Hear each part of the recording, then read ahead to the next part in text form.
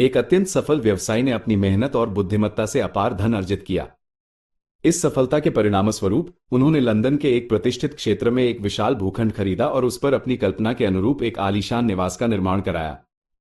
ये संपत्ति पहले से ही अनेक सुविधाओं से युक्त थी, जिसमें एक अत्यंत सुंदर और स्वच्छ स्विमिंग पूल शामिल था और साथ ही पीछे की ओर 100 वर्ष पुराना फलदार लीची का पेड़ शान से खड़ा था।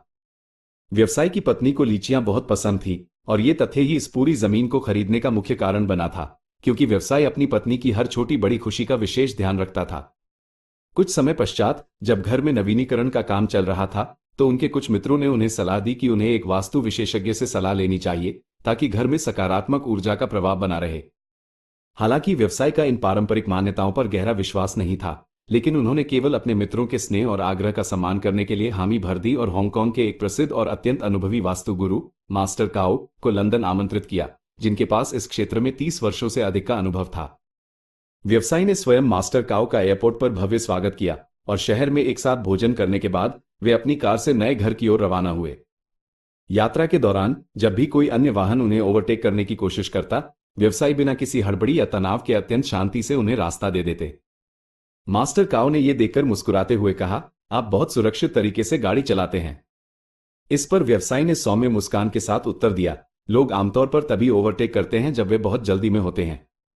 हमें उनकी जल्दी को समझते हुए उन्हें थोड़ी जगह देनी चाहिए।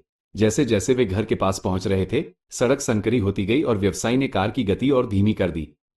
अचानक एक हंसता हुआ बच्चा गली से निकलकर उनकी कार के सामने से सड़क पार भागा। व्यवसायी ने धीरज बनाए रखा और अपनी आंखें उस लेन की ओर लगाए रखी जैसे वह किसी और चीज की अपेक्षा कर रहा हो।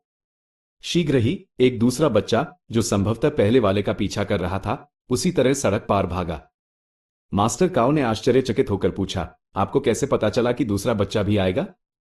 व्यवसायी ने अत्यंत शांत भाव से उत्तर दिया, बच्चे आमतौर पर झुंड में या एक दूसरे का पीछा करते हुए भागते हैं। किसी बच्चे का अकेले घूमना दुर्लभ होता है। इस अवलोकन और जवाब से प्रभावित होकर मास्टर काओ जोर से हंसे और बोले, आप सचमुच एक बहुत ही बुद्धिमान और विचारशील व्यक्ति हैं। जब वे घर पहुंचे और कार से बाहर निकले, तो अचानक 7-8 पक्षी घर के पीछे की दिशा से तेजी से उड़ गए। ये देखते ही व्यवसायी ने अत्यंत विनम्रता से कहा, यदि आपको कोई आपत्ति न हो तो क्या हम कुछ क्षण यही प्रतीक्षा कर सकते हैं? जब मास्टर काओ ने इसका कारण पूछा, तो व्यवसायी ने अपनी विचारशीलता का चरम प्रदर्शन करते हुए जवाब दिया, मुझे लगता है कि कुछ बच्चे लीची के पेड़ से फल चुरा रहे होंगे। अगर हम अभी अचानक अंदर चले जाते हैं तो वे घबराकर भागने की कोशिश कर सकते हैं और हो सकता है कि कोई बच्चा पेड़ से गिर जाए और उसे चोट लग जाए। व्यवसाय की इस गहरी संवेदनशीलता और परोपकारिता को सुनकर मास्टर काओ कुछ देर मौन रहे। फिर उन्होंने शांत आवाज में कहा, मेरे मित्र, इस घर को किसी भी वास्तु निरीक्षण या किसी उपाय की आवश्यकता नहीं है।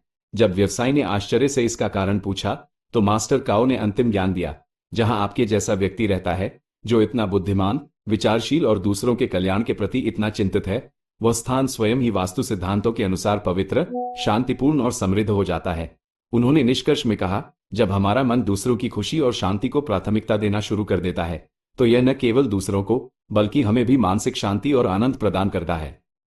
जब कोई व्यक्ति लगातार स्वयं से पहले दूसरों के बारे में सोचता है, तो वह अनजाने में संतत्व को प्राप्त कर लेता है, सच्चा ज्ञान प्राप्त करता है और अपने आसपास सकारात्मकता का प्रसार करता है। हमें संकल्प भले ही न लेना पड़े, लेकिन हमें कम से कम अपने भीतर ऐसे गुणों को विकसित करने का प्रयास करना चाहिए ताकि हमारे घर को किसी फेंग शुई या वास्तु के उपकरण की बिल्कुल भी आवश्यकता न पड़े।